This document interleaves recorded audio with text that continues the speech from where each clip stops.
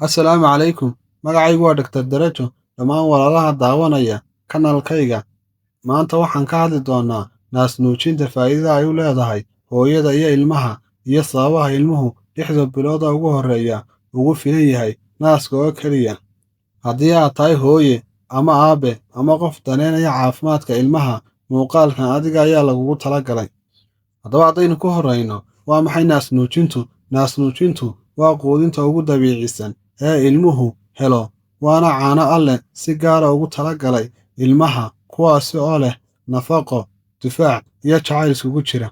Haddaba haddaynu ku horreyno, naasnuujinta hooyadu waxa ay leedahay faa'iidooyin fara badan.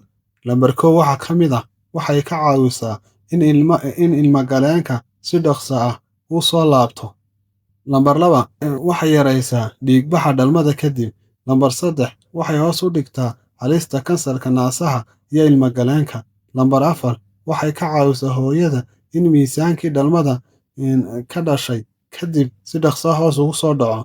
Lambar 5 waxay xoojisaa xiriirka jacayl ee ka dhexeeya hooyada iyo ilmaha.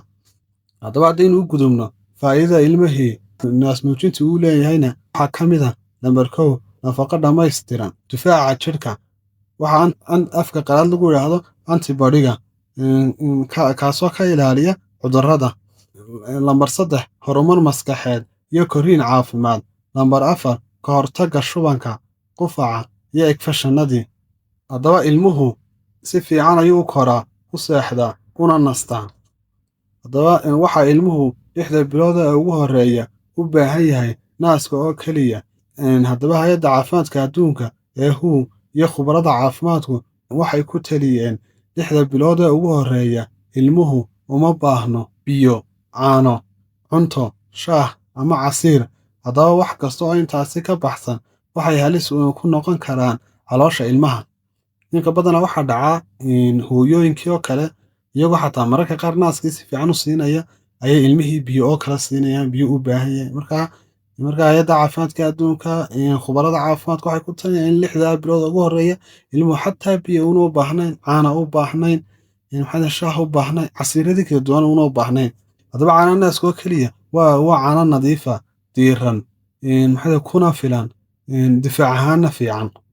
Haddaba talooyin u muhiim ah hooyada, ilmaha waa inay nuujisaa mar kasta oo uu dalbado. Ha ka xishoonin naasnuujinta. Hooyadu waa inay cuntaa cunto nafaqo leh, biyo badan ay cabtaa. Haddaba haddii wax dhibaato ay hooyadu dareento, waa inay la tashataa xirfadle caafimaad. Naasnuujintu waa maalgashiga nolosha ilmaha, caafimaadka hooyada. Ilmaha 6 bilood ugu horreeya naaska oo keliya ayuu u baahan yahay. Fadlan waxaan kaa codsanayaa si muuqaalkayga meel dheer u gaadho inaad subscribe-ka ii taabato, share-kana aad ku sii dhufato.